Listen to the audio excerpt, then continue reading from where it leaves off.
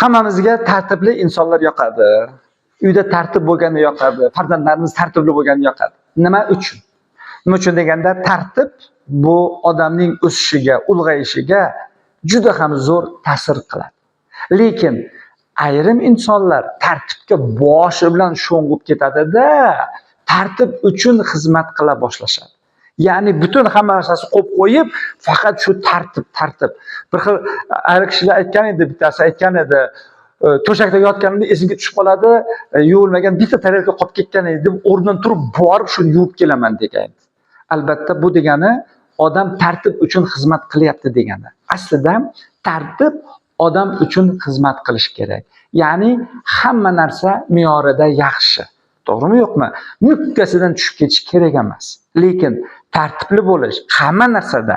Bu eng birinchi o'zingizdan boshlab, sizni kiyimingiz turgan joylari, kitoblaringiz turgan joylari, kompyuteringiz, telefoningiz ichida ortiqcha fayllar bormi, yo'qmi, ortiqcha suratlar bormi, yo'qmi?